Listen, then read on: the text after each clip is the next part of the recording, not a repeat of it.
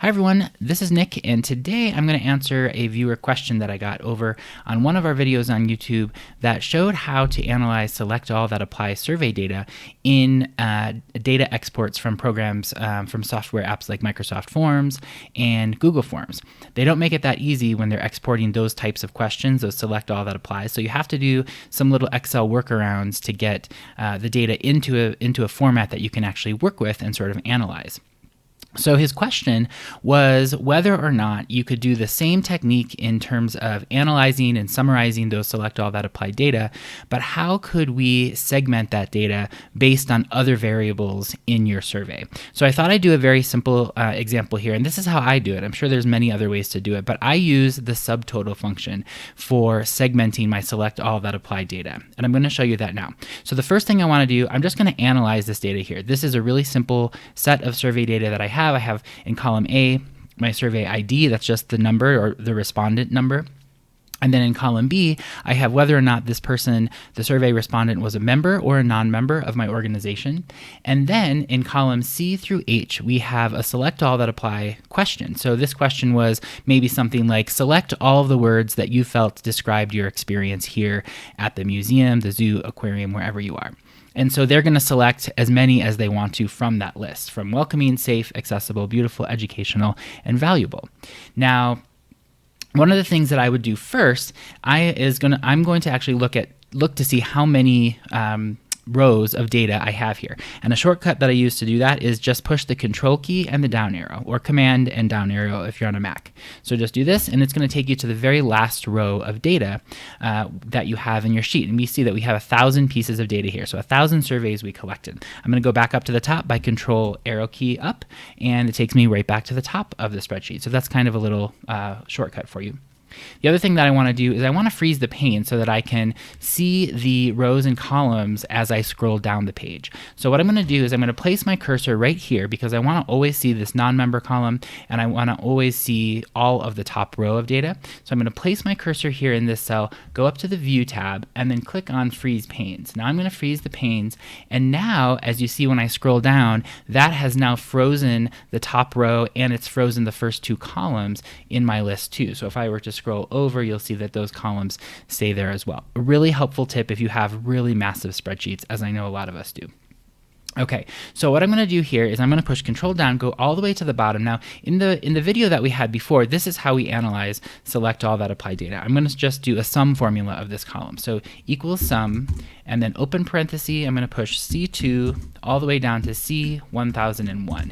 That's what I want to sum here, and it's going to say 529. I'm going to go ahead and drag this across, so it's going to copy that formula, and it will be responsive to each of those columns. And so now what I would do here is I would copy this top row, push Control key, and then copy this, or push Control key and highlight those so that they're both highlighted individually.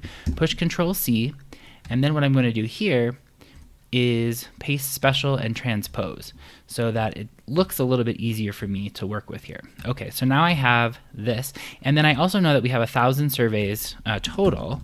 So if I wanted to do the calculation here for proportion equals this cell divided by 1,000, that's going to give me the percentage of each of those. I'm going to go ahead and format that as a percentage with no decimal points, and I'm just going to go ahead and copy that down. It doesn't look like we can do that. Oh, it's because I pointed to the cell, but let's just go ahead and just type in 1,000 for our denominator. We know that that's going to be consistent throughout our data set here.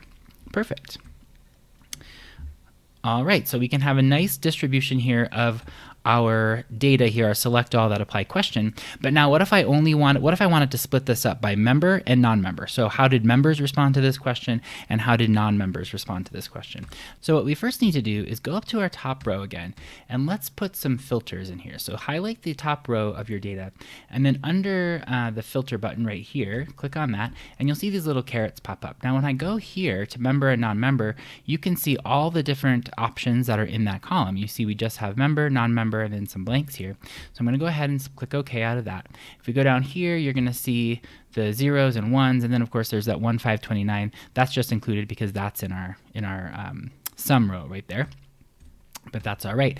Now the thing is, if I want to filter, say I just wanted to see members only, then I would unselect this and select member. Now I can click OK, and now I scroll through and I just have the member data shown, and it's filtered for me. So all of these other rows you can see here are hidden. So it doesn't go sequential anymore. So it goes from 198 to 301. There's definitely a row or two in between there.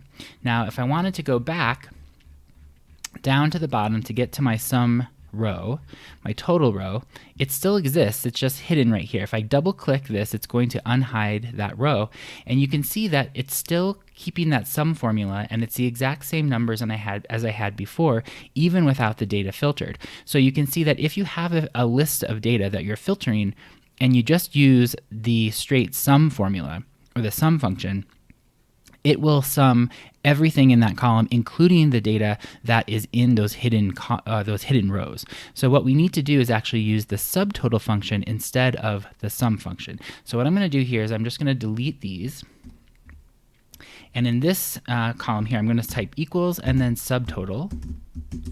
Now when I open the parenthesis, you get this list of functions. So you have to enter a function number, and this is the calculation that you want to have included in your subtotal. So you can see 1 is average, 2 is count, things like that. We know that we want sum, so I'm going to go down to number 9. I'll just double click this, and it's going to say 9, and then I'm going to put a comma, and then it asks me what range do I want to have it subtotal. And again, I'm going to say C2 through C1001, and that's going to give me my whole list. Now I'm going to push enter, and now you see that it's giving me 265 because my data is filtered just to show members, and so 265 members selected this word welcoming as part of that select all that apply question.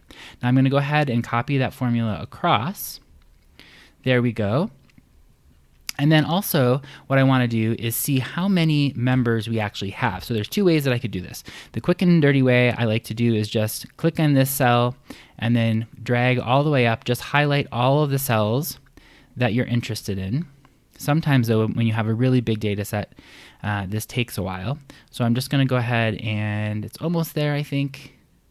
This went a little slower than I thought. But if you highlight just the cells here, you can go down into this bottom right-hand corner, and it'll tell you how many cells are filled. So right now, I think I know that I have 499 members here. But let's go back to the bottom of this sheet, and let's see if that's true. So what I'm going to do is do the subtotal again, subtotal function.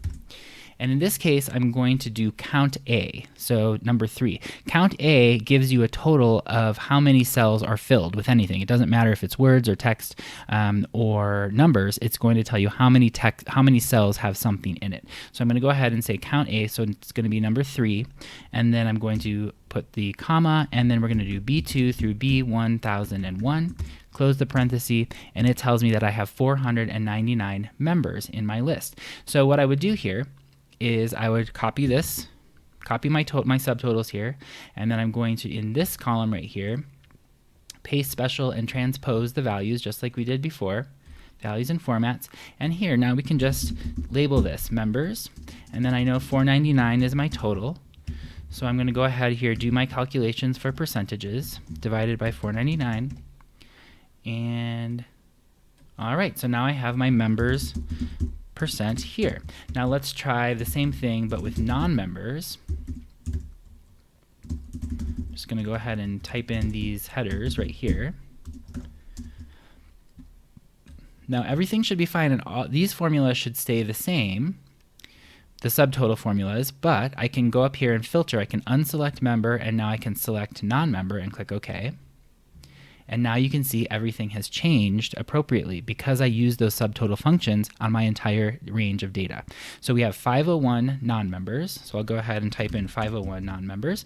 And then these are the selections for my non-members. So I'm going to copy that. I'm going to paste that, paste special and transpose again. Put it there. And now we can do the calculations for percentages. 501 is our denominator here. I'm going to go ahead and format these as percents. All right, and that's one of the ways. I'm Just go ahead and bold those and bold these. That's one of the ways that you can segment your select all that apply data and summarize them in a way that's easy for your audience to see and view. You might want to just go ahead and copy this bottom data table right here and paste it into an email, or put it into your report, or maybe create some charts or data visualizations based on the data. So Ahmed, thank you again for the question. I hope this helps, and I hope you're able to use this technique when you analyze and segment your select all that apply survey data. I hope that everyone else who watched this video likes it, and if you do, give it a thumbs up and make sure to hit the subscribe button, tap the bell next to it. You'll get notified every time I post a new video in data design, Excel, PowerPoint, or Word. I had a great time making this for you. I hope you're all staying warm, and I hope you have a great day.